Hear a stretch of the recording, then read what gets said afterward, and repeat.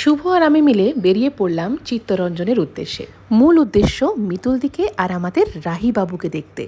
দুপুর 2:05 জনশতাব্দী এক্সপ্রেস ধরে ডিরেক্ট চিত্তরঞ্জন। কিন্তু আনফর্চুনেটলি আমাদের দুজনের সিট একেবারে আলাদা আলাদা পড়েছে। শুভ আসার পর এটা আমাদের প্রথম ট্রেন জার্নি, তাই এক্সপেকটেশনটা অনেকটা হাই ছিল, একসাথে বসে বসে গল্প করতে করতে যাব।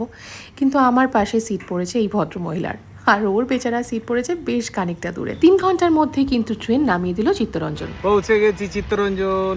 ঝমঝম করে বৃষ্টি পড়ছে, এই জায়গাটার মাধুর্যই কিন্তু আলাদা। চললাম টোটোতে করে একেবারে দিদির বাড়িতে, আর বাড়িতে পৌঁছেই দেখি আমাদের জন্য মাসি আর দিদি অপেক্ষা করছে। মিতলির সাথে তার ভাইয়ের প্রায় বছর খানেক পর দেখা, সুতরাং এই দেখাটা খুবই স্পেশাল। তার সাথে বেলিও রয়েছে পুরো গোটা পরিবার। আর আমি আর মিতলি একে অপরের সঙ্গে মিট করার জন্য অধীর আগ্রহে অপেক্ষা করছিলাম। সেই অপেক্ষার ফাইনালি অবসান ঘটল। তো চলুন আজ থেকে পার্টি শুরু।